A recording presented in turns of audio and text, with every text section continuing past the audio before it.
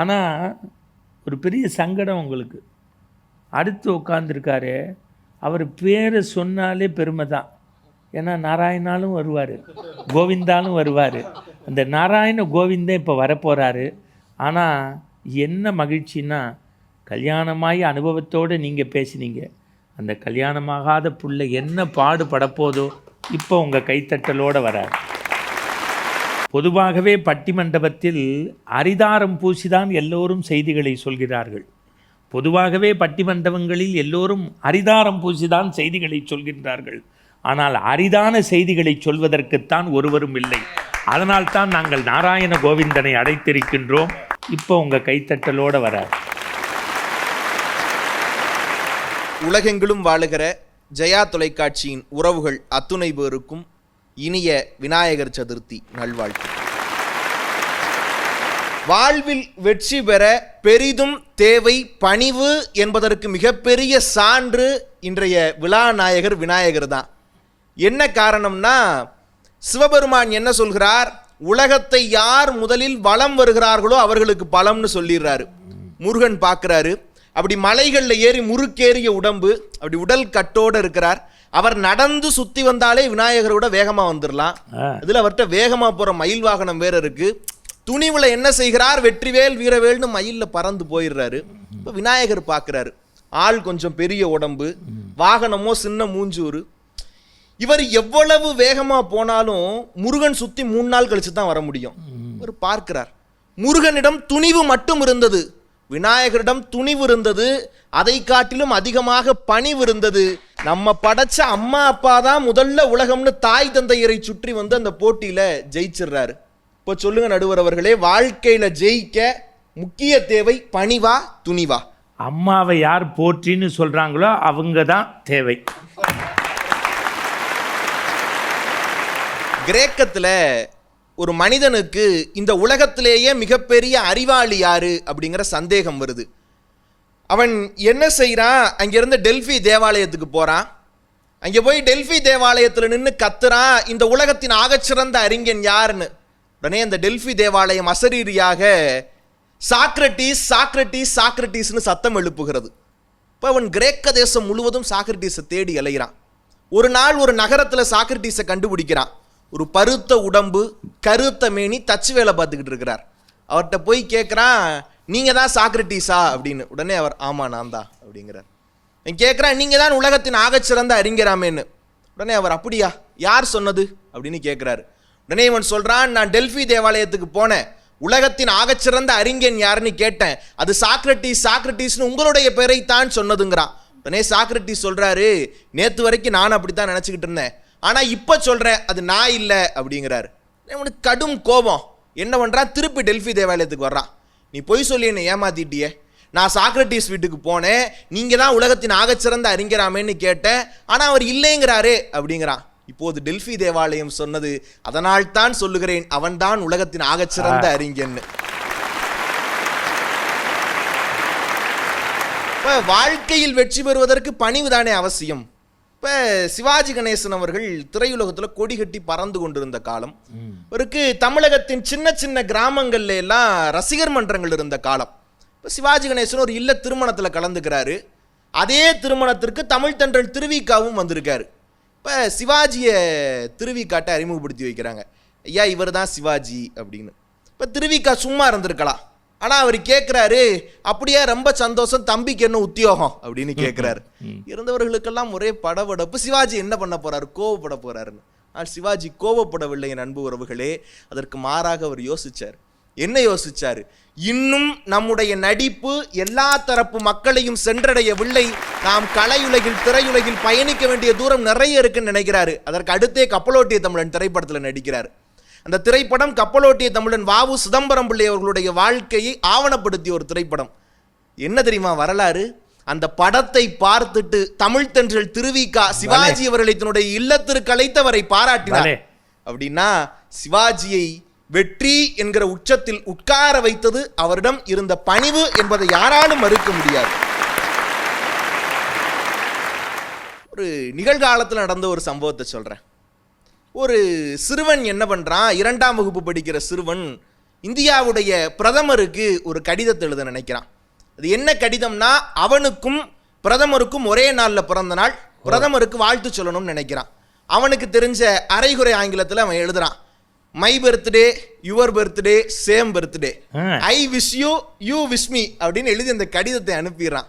இல்லை என்ன ஆச்சரியம்னா, 6 நாட்கள் கழித்து அவனுக்கு பிரதமரிடமிருந்து ஒரு கடிதம் வருகிறது. இந்த சிறப்பான நாளில் நீங்கள் எனக்கு அனுப்பிய வாழ்த்து செய்தி வந்தது, நெஞ்சார்ந்த நன்றின்னு அந்த கடிதத்தில் எழுதியிருக்கிறது. அந்த பிரதமருக்கு வாழ்த்து செய்தி அனுப்பிய அந்த சிறுவன் யார் தெரியுமா? அவர்தான் நம்முடைய சின்ன கலைவாணர் விவேக். அந்த சிறுவனுக்கு மறு கடிதம் எழுதியது யார் தெரியுமா? அந்த பிரதமர் வேறு யாரும் இல்லை, அவர்தான் இரும்பு பெண்மணி இந்திரா காந்தி. இந்திரா காந்தியை இரும்பு பெண்மணின்னு சொல்வதற்கு காரணம் துணிவு மட்டுமல்ல, ஒரு 2ஆம் வகுப்பு படிக்கிற பிள்ளையையும் மதித்து கடிதம் எழுதினாரே அந்த பணிவுதானே காரணம். இன்றைக்கு நாமெல்லாம் நினைத்து கொண்டிருக்கிறோம், பணிவு என்பது ஏதோ விளம்பரத்திற்காக வெற்றியடைந்தவர்கள் எல்லாம் செய்கிறார்கள்னு. நல்லது அல்ல. வெற்றியடைந்தவர்கள் எல்லோருக்கும் தானாகவே அவர்களிடம் பணிவு வந்து விடுகிறது என்பதுதான் உண்மை. நம்முடைய அடையாறு புற்றுநோய் மருத்துவமனையில் ஒரு நிகழ்ச்சி, நம்முடைய பிரதமரும் அந்த நிகழ்ச்சியில் கலந்து கொள்கிறார். இப்போ அதே நிகழ்ச்சியில் மூத்த மருத்துவர் சாந்தா அவர்களும் கலந்து கொள்கிறார். அப்போ இந்த நிகழ்ச்சிக்கு எல்லோரும் எழுந்து வருகிற போது சாந்தா அம்மையார் அவர்களுடைய ஊன்றுகோல் தரையில் விழுந்துருது. முந்தி சென்று மோடி அதை எடுத்து கொடுத்தாரு. இது மோடியினுடைய பணிவைத்தானே காட்டுகிறது. நடிகர் விஜய் நடந்து சென்று கொண்டிருக்கிறார். அப்போ கூட்டத்தில் ரசிகருடைய செருப்பு கீழே கிடக்க அந்த காலணி, அதை தானே தன்னுடைய கையால் எடுத்து கொடுக்கிறார்னா இது நடிகர் விஜய் அவர்களுடைய பணிவைத்தானே நமக்கு கற்றுக் கொடுக்கிறது. நம்முடைய வாஜ்பாய் அவர்கள் விருது கொடுக்கிற போது சின்ன பொன் அம்மையாருடைய கால்களில் விழுந்தார்னா இது அவருடைய பணிவைத்தானே இந்த உலகத்திற்கு கற்றுக் கொடுக்கிறது. அப்படியானால் வாழ்க்கையில் வெற்றியடைந்த சாதனையாளர்கள் எல்லாம் நமக்கு கற்றுத் தருகிற பாடம் ஒன்றே ஒன்றுதான், அந்த ஒற்றை பாடம் பணிவு. நிறைவாக காமராஜர் அவருடைய வாழ்க்கையில் நடந்த ஒரு சம்பவத்தை பதிவு செய்ய விரும்புகிறேன். காமராஜர் ஒரு சட்டத்தை கொண்டு வருகிறார். படிக்காதவர்களுக்கு அரசு வேலை இல்லை என்பதுதான் அந்த சட்டம் அரசு அலுவலகத்தில். அப்போ சட்டமன்ற உறுப்பினர் விடுதியில் வேலை பார்த்து கொண்டிருந்த மண்ணாங்கட்டி அப்படிங்கிறவருக்கு வேலை பறி போயிருது. இந்த மண்ணாங்கட்டி என்ன பண்ணுறார், தன்னுடைய தொலைபேசியில் முதலமைச்சர் அலுவலகத்துக்கு அழைக்கிறார். முதலமைச்சரே அந்த ஃபோனை எடுக்கிறார். உடனே மண்ணாங்கட்டி என்ன சொல்கிறாரு, படிக்காதவரெல்லாம் முதலமைச்சராக இருக்கும்போது படிக்காதனா சாதாரண பியூனாக இருக்கக்கூடாதா அப்படின்ட்டு ஃபோனை கட் பண்ணிடுறாரு. உடனே காமராஜர் மண்ணாங்கட்டி தன்னுடைய வீட்டுக்கு அழைக்கிறார். மண்ணாங்கட்டி போகிறார். அவரை பார்த்து விட்டு நான் தழுதலுக்கு காமராஜர் சொன்னாரா, ஐயா நீங்கள் சொல்கிற வரைக்கும் அதை பற்றி எனக்கு தெரியலை, நான் தவறாக ஒரு சட்டத்தை இயற்றிட்டேன், இப்போ அந்த சட்டத்தில் ஒரு திருத்தம் கொண்டு வர்றேன், இனிமேல் படிக்காதவர்களுக்கு அரசு வேலை இல்லைன்னு சொன்னார்.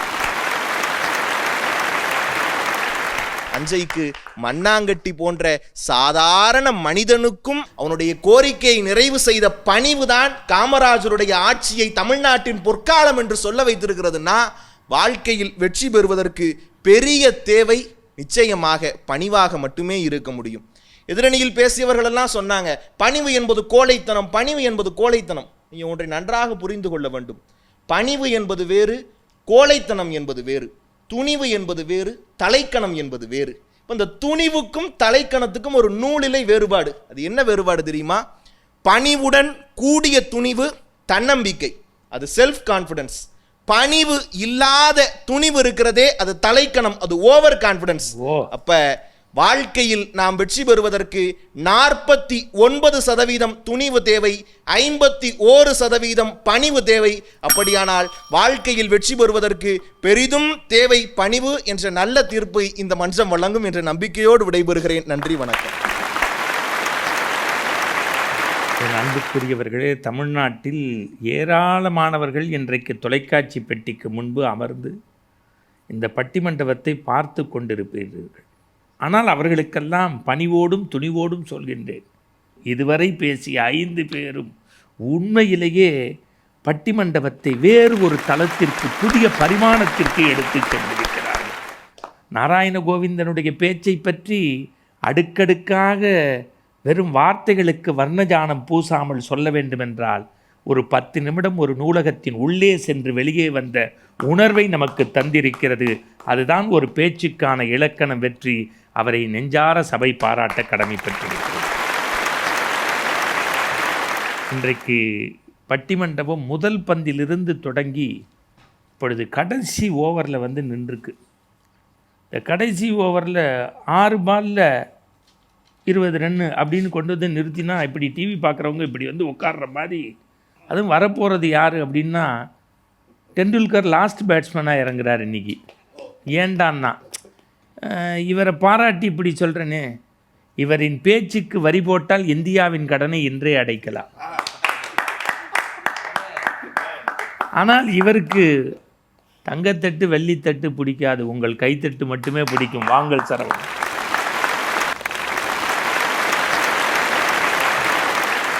இந்த பட்டிமண்டபத்தில் இறுதியாக இல்லை உங்களிடத்தில் உறுதியாக துணிவோடு பேச வருகின்றார் தம்பி சரவணன்.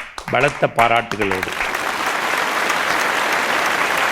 எதை செய்யும் போதும் ஒரு பிடியாக, எதை எழுதும் போதும் ஒரு சுழியாக, சாதாரண அருகம்புல்லுக்கும் அவுள் பொறிக்கும் கூட ஆசியை அள்ளி வழங்கும் விநாயகப் பெருமானின் திருநாளை கொண்டாடி கொண்டிருக்கும் உலகம் வாழ் தமிழர்களுக்கு ஜெயா தொலைக்காட்சியின் வாயிலாக இனிய விநாயக சதுர்த்தி தின நல்வாழ்த்துக்கள். நடுவர் உள்ளிட்ட இந்த அவைக்கு என்னுடைய வணக்கங்கள். உண்மையிலே தமிழில் பட்டிமன்றத்தில் தமிழை பேசியே துணிவு அப்படிங்கிறது வேண்டாம்னு சொல்கிறதுக்கே ஒரு பெரிய துணிவு வேண்டும். ஏன்னா தமிழை விட துணிவுக்கு உதாரணமாக சொல்ல வேற ஒன்று இந்த உலகத்தில் தேவையே இல்லை. பிரகலாதன் ஒருத்தனை தூக்கிட்டு போய் நெருப்பில் போட்ட போது நாராயண கோவிந்தன் வந்து காப்பாற்றினார். திருநாவுக்கரசர் என்கிறவரை நீரிலே போட்ட போது உமாசங்கர் என்று ஒருவர் வந்து காப்பாற்றினார். ஆனால் தமிழை அனல்வாதம் என்று நெருப்பிலும் புனல்வாதம் என்று நீரிலும் போட்டபோது துணிந்து எதிர்நீச்சல் போட்டதால் தான் தமிழே இன்றைக்கு சங்கத்தமிழாக இருக்கிறது என்பதே ஒரு பெருமை. துணிவை நாங்கள் ஏன் பேசுகிறோம்னா, தாய்ப்பாலோடு சேர்த்து தமிழ்ப்பாலையும் குடித்த எங்களுக்கு துணிவு அதிகமாகத்தான் இருக்கும். ஏன்னா வரலாறு அப்படிங்க. நாமார்க்கும் குடியல்லோம் நமனையஞ்சோம் என்று துணிவோடு இருந்த திருநாவுக்கரசரை நாங்கள் பார்த்தவர்கள். மன்னவனும் நீயோ வளநாடும் உனதோ உன்னை அறிந்தோ யான் தமிழை ஓதினேன் என்று சொன்ன கம்பரை பார்த்தவர்கள். அச்சமில்லை அச்சமில்லை உச்சி மீது வானிடிந்து வீடுகின்ற போதிலும் அச்சமில்லை என்று சொன்ன பாரதியை பார்த்தவர்கள். இப்போ நாங்கள் துணிவுக்குன்னு பேசாமல் வேறு எதுக்காக இங்கே பேச முடியும்? ஒரு சின்ன உதாரணம் சொல்கிறேன் பாருங்களேன். தமிழ்நாட்டில் சின்ராசுன்னு ஒருத்தர் இருந்தார். ரொம்ப சந்தோஷமாக இருந்தார். ஒரு குரூப் ஃபோட்டோ எடுக்கும்போது கூட அவங்க அப்பா கூட சேர்க்காமல் வச்சுருந்தாருங்க அவரை. ஆனால் அப்போ கூட எங்கள் அப்பா தான்டா எனக்கு உலகம்னு அவ்வளவு பணிவாக இருந்தார். எங்கள் நாராயண கோவிந்தன் மாதிரின்னு வச்சுக்கோங்களேன். அப்படி இருந்தப்போ கூட அவர் வாழ்க்கையில் ஜெயிக்கலைங்க. எப்போ துணிந்து வீட்டை விட்டு வெளியே வந்தாரோ பஸ்ஸு வாங்கினாரு, மில்லு வாங்கினாரு, அவங்க ஒய்ஃபை கலெக்டர் ஆக்கினாரு. நட்சத்திர ஜன்னலில் வானமெட்டி பார்க்க வேண்டும் என்றாலும் கூட துணிவுதான் வேண்டும் என்பதை இந்த அரங்கத்திற்கு நான் சொல்ல ஆசைப்படுகிறேன். ஓ, நீங்க அவார்ட சொல்ல வரீங்களா? சரி சரி சரி சரி. எங்க உமாசங்கர் ஒன்று சொன்னார். வீடு அன்பு தங்குமிடம், நேசம் தங்குமிடம், பாசம் தங்குமிடம். ஆனா அண்ணன் வீடே தங்குறது இல்லை. பட்டிமன்றத்தை முடிச்சுட்டு 12 மணிக்கு வீட்டு வாசல்ல போய் நின்னா ஏன்னு கூப்பிட முடியாது, ஏன்னு தான் கூப்பிட முடியும். திருக்குறள் பணிவைத்தான் சொல்கிறது. இந்த பேச்சாளருக்கே இருக்கிற ஒரு சூப்பரான ஒரு குவாலிட்டி. சிலபஸ்ல எதெல்லாம் அவங்களுக்கு தேவைப்படுதோ அதை எடுத்துக்கிட்டு மீதியெல்லாம் சிலபஸ்லேயே இல்லைன்னு விட்டுருவாங்க. என்றும் பணியுமாம் பெருமை என்று சொன்ன அதே திருவள்ளுவர் தான் எண்ணி துணிக கருமம் என்று சொன்னார் என்பதையும் நீங்கள் மறந்துவிடக்கூடாது. எங்க அனுமார் பணிவுக்குத்தானே ஒரு பெரிய பிம்பம், அதெல்லாம் கிடையாது. நீங்க எங்க பார்த்தாலும் எங்க அனுமார் கை கட்டி நிக்க மாட்டார், கையில மலையை தூக்கிட்டு துணிவாதான் இருப்பாருங்கிறத மறந்துட்டு பேசிட்டு இருக்கீங்க. அப்படியே நிஜ அனுமாரே தூக்கின மாதிரி இருக்கு. நான் கேட்கிறேன், துணிவு இல்லை என்றால் அலெக்சாண்டர் தி கிரேட் அலெக்சாண்டர் ஆகியிருக்க முடியுமா? துணிவு இல்லை என்றால் அருள்மொழிவர்மன் ராஜராஜ சோழனாக ஆகியிருக்க முடியுமா? துணிவு இல்லைனா ராஜேந்திரன் கங்கை கொண்டானா ஆயிருக்க முடியுமா? இதெல்லாம் வேணாங்க. சாதாரண பஸ் கண்டக்டரா இருந்த ஒருத்தர் பல கோடி வசூல் செய்யற சூப்பர் ஸ்டாரா ஆனதுக்கு கூட துணிவுதான் சார் காரணம். ஏன் தெரியுமா? வில்லனா வந்த ஒரு திரை, அந்த அந்த வெள்ளி திரையில நம்ம ஹீரோவாகவும் வர முடியும்னு அந்த கேரக்டரையே மாற்றி ஒரு துணிவாக நடித்ததால் தான் சூப்பர் ஸ்டார் இன்றைக்கு சூப்பர் ஸ்டாராக இருக்கிறார் என்பதை மறந்து விடாதீங்க. நீங்கள் நல்லா புரிஞ்சுக்கணும். பணிவு வேண்டாம்னு சொல்லலை. கண்ணதாசன் சொன்னார், நிலை உயரும் போது பணிவு கொண்டால் உயிர்கள் உன்னை வணங்கும். அப்படின்னா என்ன? வாழ்க்கையில் வெற்றி பெறுவதற்கு துணிவுதான் வேண்டும், வெற்றி பெற்ற பிறகுதான் பணிவு வேண்டும் என்பதைத்தான் இவர்கள் நமக்கு காட்டுகிறார்கள்ங்கிறத மறந்துடாதீங்க. வாஜ்பாயோட பாகிஸ்தான் பிரதமர் அவரே கூப்பிட்டு ஒரு ஒப்பந்தம் போட்டார், இனிமே நம்ம கொஞ்சம் நல்ல உறவுல இருப்போம்னு. சொன்ன 10வது நாளே காஷ்மீரில் பாகிஸ்தானியர்கள் ஊடுருவல் வர ஆரம்பிச்சுது. நீங்க சொன்ன மாதிரி வாஜ்பாய் பணிவோடு இருந்தாதான் நல்லது, நம்ம நாட்டுக்கே நம்ம தான் பிரதிநிதின்னு அந்த பிரச்சனையை பணிவா எடுத்துட்டு போயிருந்தார்னா இன்னைக்கு இந்தியாவிலிருந்து ஒரு துண்டு காணாமல் போயிருக்கும். ஆனால் அதையும் மீறி யாரும் இதுவரை செய்யாத ஒரு துணிச்சலோடு கார்கில் யுத்தத்தை கையில் எடுத்து இன்றைக்கு கார்கில் நாயகனாக வாஜ்பாய் விளங்குகிறார் என்றால் அது அவருடைய துணிவுக்கு கிடைத்த பரிசு என்பதை மறந்துவிட்டு பேசாது. எப்போது ஒரு துணிவு இல்லாமல் இருக்கிறதோ அது கோழைத்தனம், எப்போது பணிவோடு துணிவு சேருகிறதோ அதுதான் வீரத்தனம் என்பதை மறந்துடாது. காந்தியை பத்தி பேசுனீங்க, அவரை மாதிரி பணிவுக்கு ஒரு உதாரணம் இருக்கான்னு. காந்தி பணிவுன்னு யாருங்க சொன்னது? இந்த நாடே உப்பை எடுப்பதற்கு சட்டம் போட்டு வரி போட்ட போது இந்த உப்பை நான் எடுப்பேன் என்று துணிவோடு மகாத்மா காந்தி முன்னெடுத்ததால் தான் சுதந்திரம் என்கிற வெற்றியே இந்த நாட்டுக்கு கிடைத்தது. பணிவுக்கும் துணிவுக்கும் இந்த 2 புள்ளியை சேர்க்கிற ஒரு அற்புதமான ஒருத்தர் யாருன்னா அது மகாகவி பாரதி தான். சின்ன வயசுலேயே பாரதி பட்டம் கிடைச்சிது. அவரோட அந்த கூட்டத்தில் இருந்த காந்திமதிநாதன் ஒருத்தர் சொன்னாரு, பொடி பையன் சுப்பிரமணிக்கு என்னையா பாரதின்னு ஒரு பட்டம், அவன் அவ்வளோ பெரிய புலவன்னா நான் ஒரு வரி கொடுக்குறேன், அதில் கவிதை எழுத சொல்லுன்னு சொன்னேன். ஒரு வரி கொடுத்தாரு. என்ன தெரியுமா கொடுத்தாரு? பாரதி சின்ன பயல் அப்படின்னு ஒரு கவிதை எழுதுறான். நீங்கள் சொன்ன மாதிரி பணிவோடு இருந்திருந்தா, ஐயா நீங்க பெரிய மனுஷன், உங்களெல்லாம் எதிர்த்து நான் என்ன பாரதின்னு ஆவறதுன்னு அப்படியே காலில் விழுந்து கும்பிட்டு இருந்தாருன்னா இன்னைக்கு முண்டாசு கவிஞன் என்கின்றவன் தமிழ்நாட்டுக்கே கிடைக்காமல் போயிருப்பான். ஆனால் பாரதி என்ன தெரியுமா பண்ணாரு? அந்த வரியை வாங்கினாரு, சூப்பராக எழுதினாரு. மாண்பற்ற காரிருள் உள்ளத்தான் காந்திமதிநாதனை பார் அதி சின்ன பயல் என்று பாரதிய பிரிச்சு காந்திமதிநாதனை பார் அதி சின்ன பயல்னு எழுதின துணிச்சல் பாரதியை இந்த மண்ணுக்கு கொடுத்தது. ஆனா அதே பாரதி அப்புறம் யோசிச்சாரு, என்ன இருந்தாலும் வயசுல பெரியவர் இப்படி பேசிட்டுமேனு அந்த வரியை மீண்டும் மாற்றி காரது போல் உள்ளத்தான் காந்திமதி நாதற்கு பாரதி சின்ன பயல் என்று அந்த வரியை மாற்றியும் எழுதினார். துணிவுடைய உச்சத்தையும் பாரதி தான் தொட்டான், பணிவுடைய உச்சத்தையும் பாரதி தான் தொட்டான். ஆனா எது இங்க வெற்றி என்றால், துணிச்சலான அந்த கவிதையை சொல்லாமல் இந்த கவிதையை சொல்லி இருந்தால் பாரதி கூட்டத்தில் ஒரு புலவனாக இருந்திருப்பான். தன் துணிச்சலை காட்டிவிட்ட பிறகு பணிவை காட்டியதால் தான் பாரதி மகாகவி பாரதியாக இந்த மண்ணில் இருக்கிறார் என்பதை நீங்கள் ஞாபகம் வைத்துக் கொள்ள வேண்டும். நான் இப்படி சொல்லுகிறேன், இந்த மண் சேர சோழ பாண்டியர்கள் ஆண்ட இந்த மண், அவர்களுக்கு பின்னால் பல்லவர்கள் வந்தார்கள், ஆண்டார்கள். அவர்களுக்கு பிறகு களப்பிரர் வந்தார்கள், ஆண்டார்கள். அவர்களுக்கு பிறகு சுல்தான்கள் வந்தார்கள், ஆண்டார்கள். அவர்களுக்கு பிறகு முகலாயர்கள் வந்தார்கள், ஆண்டார்கள். அவர்களுக்கு பிறகு நாயக்கர்கள் வந்தார்கள், ஆண்டார்கள். வாளாலும் ஈட்டியாலும் துப்பாக்கியாலும் தமிழ்நாட்டை பணிய வைத்து முடிந்ததே தவிர எங்கள் தமிழ் ஒருபோதும் யாருக்கும் பணியவில்லை என்று சொன்னால் அந்த தமிழும் அந்த தமிழர்களும் பணிவுக்கு மேலும் துணிவோடு கூடிய பணிவுதான் எங்கள் வாழ்க்கைக்கு வெற்றியை தந்திருக்கிறது என்று சொல்லி நல்லதொரு வாய்ப்புக்கு நன்றி கூறி விடைபெறுகிறேன். நன்றி, வணக்கம். அன்புக்கினிய தமிழ் சொந்தங்களே, விநாயகர் சதுர்த்தி பெருவிழாவில் உணவுகள் மட்டும்தான் நம்மை நிறைவாக்கும் என்பதல்ல, தமிழ் கூட நம்மை நிறைவாக்கும் என்பதற்கு தம்பி சரவணனின் பேச்சு ஒரு எடுத்துக்காட்டு.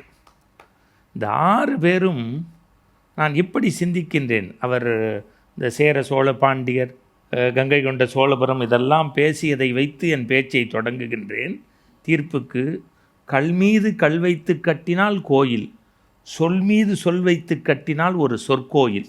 இன்றைக்கு ராஜராஜ சோழன் கல்லால் கோவில் கட்டினான். ஆனால் இன்றைக்கு ஜெயா தொலைக்காட்சி இவர்களுடைய சொல்லால் தமிழுக்கு கோயில் கட்டி இருக்கின்றது. அந்த கோயிலுக்கு ஒரு கும்பாபிஷேகத்தை நடத்த வேண்டிய பொறுப்பு மட்டும் அடுத்த 5 மணித்துளிகள் எனக்கு இருக்கின்றது. நம்முடைய கடிகாரம் நொடிமுளை விட வேகமாக நம்முடைய வாழ்க்கை சக்கரம் ஓடிக்கொண்டிருக்கின்றது. ஆனாலும் கொஞ்சம் இலக்கியங்களை இவர்கள் தொட்டு, அனுமனை பற்றி அதிகமாக பேசினீர்கள், கம்பனை பற்றி பேசினீர்கள். கம்பனுடைய 10,000 பாடலையும் எடுத்து வைத்து ராமனினுடைய பணிவு துணிவு குறித்து பேச முடியாவிட்டாலும் கூட, நாற்காலியை நேசிக்காத மனிதனே இந்த மண்ணுலகில் இருக்க முடியாத போது ஒற்றை வார்த்தை சொன்னால், ஆலிசூழ் உலகமெல்லாம் பரதனை ஆட நீ போய் தாளிரும் சடைகள் தாங்கி தாங்கிரும் தவமேற்கொண்டு புண்ணிய துறைகளாடி 7 ஆண்டு காட்டுக்கு போயிட்டு வா என்று இயம்பினன் அரசன் என்றான். அடுத்த வார்த்தை சொன்னான், மன்னவன் பணி என்றாகிலும் நும்பணி மறுப்பெனோ என் பின்னவன் பெற்ற செல்வம் அடியேன் பெற்றதென்றோன்னு நாற்காலியையும் காட்டையும் சமமாக மதித்து தாய் தகப்பன்ட்ட பணிஞ்சானே. அதனால்தான் ராமன் பணிவின் இலக்கணமாக நிற்கிறார்.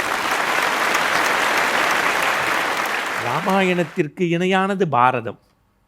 அர்ஜுனன் வில்லெடுத்தான் என்றால் எதிரியினுடைய இதயமெல்லாம் விளையாட்டு மைதானமாகி போகும். ஆனால் காண்டீபத்தை கையில் எடுத்து அர்ஜுனன் போருக்கு போகின்ற அந்த பாரத யுத்தத்திலே என் உறவினர்களையா நான் கொள்வது என்று துடித்து நின்றபோது எங்கள் கண்ணனுடைய பகவத்கீதை கேட்டு பணிந்த பிறகுதான் போரில் கூட அர்ஜுனனுக்கு வெற்றி கிடைத்தது. எனவே ராமனும் அர்ஜுனனும் பணிவின் பக்கம் இருந்ததால் பணிவே என்று சொல்லிவிட முடியுமா? தமிழ் படித்தவன் அல்லவா நான்? என் தம்பி காளிதாஸ் சொன்னாரே, கற்பின் கனலி கற்பின் கொழுந்து சீதையினுடைய சிறப்பை அதே காளிதாஸ் தான் தமிழகத்திற்கு பெருமை சேர்த்த தனிப்பெரும் காப்பியம் சிலப்பதிகாரத்தினுடைய பத்தினி தெய்வம் எங்கள் கண்ணகி பேசாத பெருந்தெய்வம் என்று பெயரெடுத்தவள் பாண்டிய நெடுஞ்செழியனையே உருண்டு ஓடி உயிர்விடச் செய்தாள் என்றால் ஒரு பெண்ணினுடைய வீரம் என்பதனுடைய விளை நிலம் இந்த மண் என்பதற்கு அற்புதமாக சொன்னார். நான் எப்படி நினைத்து பார்க்கிறேன் என்று தெரியவில்லை. பணிவு என்று சொல்வதா, துணிவு என்று சொல்வதா? இவர்கள் இன்றைக்கு சினிமாவை பற்றி அதிகமாக ரஜினிகாந்தை பற்றி பேசினீர்கள். அண்மையிலே அவருடைய படம் வெற்றி பெற்று விட்டது. அவருடைய வயதை 3 முறை கடந்தால்தான் அந்த படத்தினுடைய இயக்குனருடைய வயது. ஆனால் படப்பிடிப்பு தளத்தில் ஒவ்வொரு முறை இயக்குனர் வருகின்ற போதும் நாற்காலியிலிருந்து எழுந்து நின்றுதான் வணக்கம் சொல்வாராம். அதற்கு சொன்னார், அது இயக்குனருக்கு நான் செய்யும் மரியாதை என்றார். அதுதானே தொழில் மீது அவர் காட்டக்கூடிய பணிவு, பக்தி. கலாம் சாரை பற்றி எல்லாரும் சொன்னீங்க, அவரை விடவா? எளிமையின் அடையாளம் = கலாம். அப்போ பணிவா துணிவா? இந்த பட்டிமன்றம் உண்மையிலேயே சொல்கின்றேன், இந்த 6 பேருக்கும் ஒரு அரங்கு நிறைந்த பாராட்டை நீங்கள் தர வேண்டும். திருக்குறள் வந்தது, வரலாறு வந்தது, புதினம் வந்தது, இலக்கியம் வந்தது, குடும்பம் வந்தது, இதிகாசம் வந்தது, சினிமா வந்தது, எல்லாவற்றையும் பேசினார்கள். எனவே இந்த பட்டிமன்றமும் ஒரு தீர்ப்புக்குள் வர வேண்டும் என்றால், என்னை பொறுத்தவரை விவேகானந்தருடைய துணிவுதான் வெறும் இந்தியாவை நவ இந்தியாவாக மாற்றியது. ஆனால் விவேகானந்தரையும் புது மனிதனாக மாற்றியவர்தான் ஐயா ராமகிருஷ்ண பரமஹம்சர். என் வாழ்க்கையில் பணிவு குறித்து அடுத்த தலைமுறை தெரிந்து கொள்ள வேண்டும் என்றால் ராமகிருஷ்ணருடைய புத்தகங்களை நீங்கள் வாசியுங்கள். வெள்ளை ஆடை உடுத்துவதல்ல பணிவின் அடையாளம், உண்மையிலேயே உள்ளத்தில் வெண்மை இருக்க வேண்டும் என்பதற்கு அடையாளமாய் வாழ்ந்தவர். இங்கே காந்தியை பற்றி எல்லோரும் சொன்னார்கள். காந்தியினுடைய பணிவா துணிவா என்று கேட்டால் அந்த பொக்கவாய் சிரிப்பு பணிவின் அடையாளமாக பேசுகின்றீர்கள். இல்லை நண்பர்களே, தென்னாப்பிரிக்காவிலுடைய ரயில் வண்டி பயணத்தில் யாரோ ஒரு வெள்ளையன் ஒரு காந்தி என்கின்ற கருப்பரை தலைகுப்பர வெளியில் தள்ள அந்த ஒரு கருப்பின காந்திதான் ஒட்டுமொத்த வெள்ளையர்களையும் கொள்ளையர்களையும் இந்தியத்திலிருந்தே அப்புறப்படுத்தினான் என்றால் அந்த தைரியத்தின் அடையாளம் இந்த காந்தியினுடைய சத்திய சோதனையை வாழ்க்கையில் அவசியம் நீங்கள் படியுங்கள். நடைமுறைக்கு எடுத்துக்கொண்டால் நான் அண்மையில் படித்த புத்தகம் கல்பனா சாவ்லாவினுடைய அடுத்த தலைமுறை பெண்கள் படிக்க வேண்டிய ஒரு புத்தகம். பணிவு என்பது யாரிடத்தில் கற்றுக்கொள்ள வேண்டும்? நான் வருஷந்தோறும் சபரிமலைக்கு போகும்போது கோடம்பாக்கம் சென்னையில் இருக்கக்கூடிய ஐயப்பன் கோவிலில் இயேசுதாஸ் கச்சேரி கேட்க போவேன். இயேசுதாஸ் இறைவனுடைய அருள் பெற்ற பாடகர். பாடி முடித்ததுக்கப்புறம் எல்லா ஐயப்ப பக்தர்களையும் திருவடியை தொட்டு வணங்கிட்டு சொல்லுவார், இவங்க மனிதர்கள் இல்லை, ஐயப்பனின் சொரூபம்பார். அந்த பணிவும் அடக்கமும் இருக்கு பாருங்க. எத்தனை பெண் பாடல்கள் வந்தாலும் சித்ரா அம்மாவை பார்த்தவுடன் நம்மை கைகூப்பி வணங்கச் செய்வது அவர்களுடைய பணிவு தான். இன்னும் சொல்லப்போனால் என் அன்புக்குரியவர்களே, ஒரு முறை மாண்டலின் சீனிவாசனுடைய கச்சேரியை கேட்டுவிட்டு ஒய்ஜி மகேந்திரன் நெடுஞ்சாங்கடையாக சாஸ்தாங்கம்னு சொல்லுவாங்க, நமஸ்காரம் பண்ணார். எல்லாரும் வியந்து பார்த்தாங்க. அவருடைய வித்தியத்திற்கு நான் தரக்கூடிய பணிந்த நமஸ்காரங்கள்னார். அப்போ இதையெல்லாம் பார்க்கும்போது பணிவு எப்படியெல்லாம் ஒரு மனிதனை வேறு வேறு பரிமாணத்திற்கு கொண்டு செல்லும் என்று என்னால் சொல்ல முடிகிறது. ஆனாலும் நண்பர்களே, துணிவு இல்லாத பணிவு மட்டும் ஒருவனிடத்தில் இருந்தால் அது பிரயோஜனப்படாது. பணிவு இல்லாத துணிவு மட்டும் இருக்கிறது என்றால் அது 2 மடங்கு வேஸ்ட். அப்போ பணிவா துணிவா எதை சொல்ல வேண்டும் என்றால், நான் எப்பொழுதெல்லாம் இந்த புத்தகத்தோடு தான் வாசிக்கின்றேன், நேசிக்கின்றேன், ஜென் கதைகளை தான் பூசிக்கின்றேன். இந்த தலைப்பு குறித்து ஒரு ஜென் கதையை படித்தேன். பணிவும் துணிவும் என்பது ஆற்றினுடைய 2 கரையைப் போல. கரையில்லாத ஆறு பயன்படாது. அவர் எழுதுகிறார், கரையில்லாத ஆறு பயன்படாது. காரணம், தண்ணீர் வாய்க்காலுக்குள் போய் அந்த நீர் வயலுக்குள் போனால்தான் வயல் செழிக்கும். வாழ்க்கையில் வெற்றி பெற வேண்டும் என்றால் அந்த அற்புதமான நீர் என்கின்ற வெற்றி ஓடுவதற்கு பணிவும் துணிவும் கரையாக இருக்க வேண்டும் என்று ஜென் கதை எனக்கு சொன்னது. ஆனாலும் ஜென்னை துணைக்கு வைத்து என் பேச்சை இப்படி நிறைவு செய்கின்றேன். 12 வயதில் தேசிய அளவில் வெற்றி பெற்றார். 16 வயதில் உலகத்தை திரும்பி பார்க்க வைத்தார். 17 வயது நிரம்பி இருக்கக்கூடிய காலத்தில் உலகத்தின் தலை சிறந்த நம்பர் 1 ஆட்டக்காரரை 2 முறை டிரா செய்து 3வது முறை மட்டுமே 2வது இடத்திற்கு வந்து வெள்ளிப்பதக்கம் வாங்கி வந்தார். அப்போது அவர்களிடத்தில் தமிழகத்து பத்திரிகை கேட்டது, அவரிடம் ஆடுகின்ற போது உங்களுக்கு உடம்பில் ஒரு பதட்டம், ஒரு சலனம், ஒரு பரபரப்பு இருந்ததா என்றார். இல்லை, என் தெருவில் விளையாடக்கூடிய ஒரு சக நண்பராக நினைத்துத்தான் துணிந்து விளையாடினேன். எனவே எனக்கு வெற்றி கிடைத்தது என்றார். எனவே அந்த இளைஞனுடைய வெற்றிக்கு காரணம் துணிவே என்று சமீபத்தில் வாக்குமூலம் தந்தார்.